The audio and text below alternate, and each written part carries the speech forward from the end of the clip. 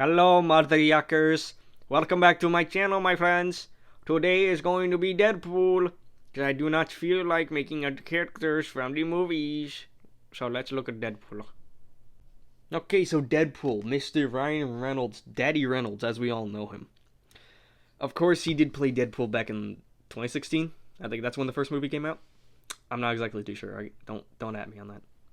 But here he is. Look at that figure. Ooh, look at all this detail. Ooh, look at that. Look at that. So let's begin. So basically, I had this mask for the longest time. It was just a Nate's Minifigs one, just a normal Deadpool one. I got like two of them, which I messed up on the first one because the dark red lines look weird in person. I don't know what it is, but for some reason in person they just look super weird. But on camera they look fine, I think. But here, they turned out far better because I actually painted the dark red lines before I painted the red. Because if you don't know, red paint tends to build up, and it sucks. And I don't usually tend to water down my paints, but I probably should now. I should probably just start doing that, man. That's what I should start doing. Anyways, moving on. Yeah, that's basically it for the head. It's just a normal white head below it with just like a little bit of red painted onto the neck. Try and like give that little illusion that it's actually just a red head, but it's actually just a white head. Yeah. Let's get like the sword and belt thing out the way because it's all one piece. I just took a whole bunch of paper, like cardstock paper, wrapped it around the torso, and did it over the shoulder and everything. And then I attached a normal Lego sword, like katana holder thing onto it, and then I sculpted it onto here. It's probably not the best like look for it, but it's definitely it's like the best option I have because I don't know any other like people who are making these type of like katana sheaths or anything like that. So this is the best I have for Deadpool. I could have easily just left the swords like I could have just like took pure black swords and just left them like that, but I decided not to. I wanted them to be covered up and I wanted them to like kind of align. It would just annoy me. It would just annoy the hell out of me. But yeah, I painted a little Deadpool emblem on his belt along with the four pouches at the front. I'm pretty sure he has one on the back, but since it's covered up by the sword sheath, I didn't really feel like it was necessary. So let's actually remove all of this. It's going to take me a little bit of a minute. Just kind of remove it all because, I want to be gentle with it. I don't want to break it. I did plan on giving him to like normal katanas, but my dumbass was like, oh hey, what if I just cut off the blades on silver swords, and then I just stick them to black hilts, and then I can stick them into the sword sheath. But then I figured out like, oh no, the sword sheath is way too tight. Let's just use it. But they would just end up breaking off because apparently my super glue is not good enough because they kept breaking off either way. So, anyways, but here he is. But again, he doesn't have any more katanas because I messed up on him. Okay, I should probably just buy black ones off of Bricklink and then just paint them silver. There's hair on my desk. Anyways, here he is, complete without the sword sheath. With I did actually have a little bit of back reference, believe it or not. It's right here. Look at that. I will get this out the way. If his torso does look a little bit like a different red, like a slightly lighter red than the legs, that's because the way I sealed this over, like I think I sprayed a little too much onto the torso specifically, because it kind of ended up fogging up a little bit. You probably can't see it on camera, but it annoys the hell out of me, but there's nothing I could really do, so it's just gonna have to be left like that. It's not too much to where it's like just unbearable. It's just like a little annoying, if anything. It's just kind of what happens if you spray a little too much onto your figures, which I don't recommend spraying too much. Anyways, I did sculpt these shoulder pad things onto his arms because I kind of felt like I should because they are a little 3D. And of course, I did sculpt the little wristband things around his wrists. I didn't give him any like glove tops or anything like that, mainly because I didn't feel like he needed them. I probably could have painted onto the hands, but I also feel like I didn't feel like doing that. Okay, they probably just scratch off with whatever I give him. Yeah, I also just did not want to risk it. Anyways, I painted this whole thing in a bright red apple barrel paint, so if that's what you're wondering what red I use, there you go.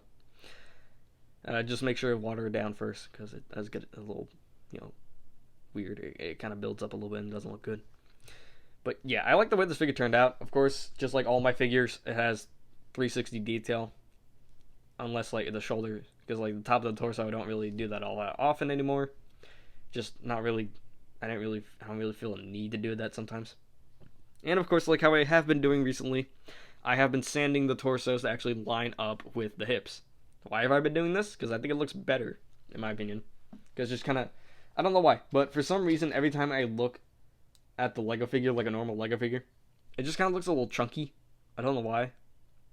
I don't know why they give him that like huge overhang. It just kind of annoys me, so I just kind of started to sand him down a little bit, and it makes him look a lot thinner, and I like the way it looks. So yeah, that's just kind of like a creative difference. The hips are just pure black. I didn't feel like painting the detail on there because I already spent hours and days making this dude because of lack of motivation and all that, so I just really wanted to knock him out. But yeah, the legs were a pain in the ass because even though I painted them, which credit the Phoenix Customs, I just based it off his like legs because I could not find reference. That's the worst part about making customs is not being able to find reference for just the legs alone, especially the back of the legs. It's always the most difficult part. But yeah, credit the Phoenix for the legs because I basically just borrowed his design. I mean, of course, I was still looking at like the reference I had for the legs, like the knee pads and all that. So of course, I was still looking at that. That's the reason why it has like a slight dark red outline around the knee pads, if you can even see that. But yeah, I think it does. Yeah, it kind of does. Okay, just making sure. But the reason why it's a pain is because the hips. The hips are just terrible. Whenever it comes to customizing, you either sand the legs to hell and you give him like a huge gap. This isn't like a huge gap, but you can still see a little bit of a gap there. But that's fine. Giving him a little bit of a gap and a little bit of room to work with. I guess like one example of just a massive gap, I think is in the Freddy one.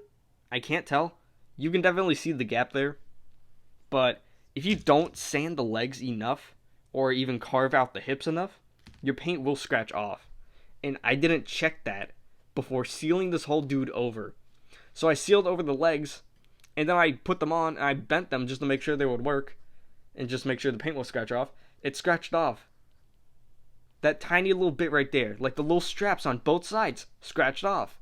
That's where it was. And I'm pretty sure you can kind of see a little bit of a difference in paint if you take a close look. Here, let me see if I can like focus. But you can see like a tiny bit of a difference, like a weird bumpy type of look. That is the most annoying part about painting the legs, and that's the reason why I hate painting legs.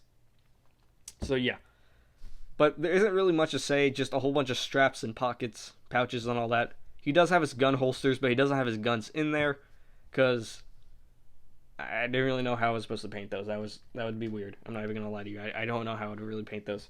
I can give him a gun. I have this little pistol right here. I don't have two, but I only have one because I put it on my sig fig. Because if you don't know the context, my character just loves guns, I guess. But here you go. Yeah, he just has a gun because that's just how Deadpool is. Anyways, but there's not much else to really say about this figure. Pretty simple. Not actually, but oh yeah, the black detail right there. A little bit. There is a little bit like the seam outline on his legs and on his arms. It's not too many because I didn't really feel like doing that. It's also like some on the side of the legs. But yeah, I like the way this looks. I do plan on doing a Tatoverse Deadpool at some point, but not anytime soon because, like I said in the Cool Cat video, I kind of want to take a little bit of a break from Tatoverse because I don't really have any ideas for designs. I only really have one, which is like Chameleon, but for like Miles, Black Cat, and everybody else, I don't really have any design ideas, so I'm gonna have to think about those. But yeah, that's basically it for this video. Not much else to say. Next video, probably going to be FNAF. So, yeah. And about, like, the whole fantasy showcase thing, like, this. Yeah. I'm going to try and resin cast my character's helmet at some point. Don't know how that's going to go, but we'll see. So, if it goes well, then you'll probably see multiple... you'll probably see a video about that, if anything. So, yeah. That's about it. Goodbye.